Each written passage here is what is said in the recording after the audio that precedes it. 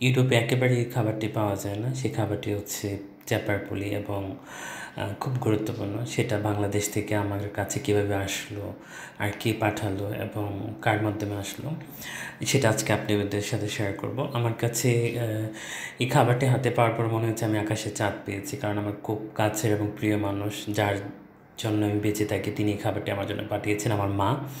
আমার মা যখন শুনেছেন, আমার এক বড় ভাই, আমারই বিশ্ববিদ্যালয়ের সিনিয়র রাফাত ভাই, তিনি বাংলাদেশে আছেন এবং উনি 28 তারিখ, তখন মা বলছে তোকে চ্যাপারপুলি বানিয়ে দিই, আর তোরে গরুর ভুঁড়ি একটু ভুনা করে দিই। আমি বললাম ঠিক আছে আম্মা দাও। আর সেটা বাস্তবায়ন করেছে আমার বন্ধু কাউসার, আর টিভি প্রযোজক।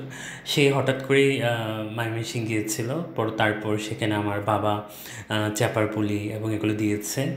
আর আমার বন্ধু কাউসারকে দিয়ে একটি পাসপোর্টের একটি কাভার কিনালাম, যেটা খুব গুরুত্বপূর্ণ। অ্যান্ড সেগুলো আপনারা দেখতেই পাচ্ছেন।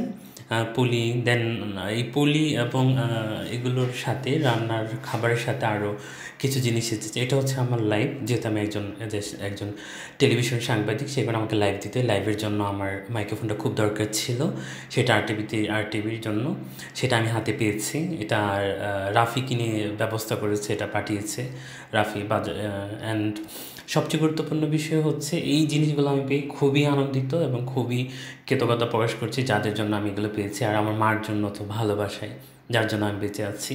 আমার কাছে যখন এটা হাতে এসে পৌঁছে, তখন রাত বাজে প্রায় 1টার মতো।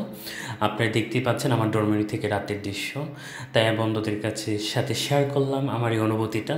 প্রত্যেকেই ভালো থাকুক, প্রত্যেক প্রবাসী ভালো থাকুক, প্রত্যেক বিদেশি শিক্ষার্থীরা ভালো থাকুক, সবার প্রতি ভালোবাসা রইল।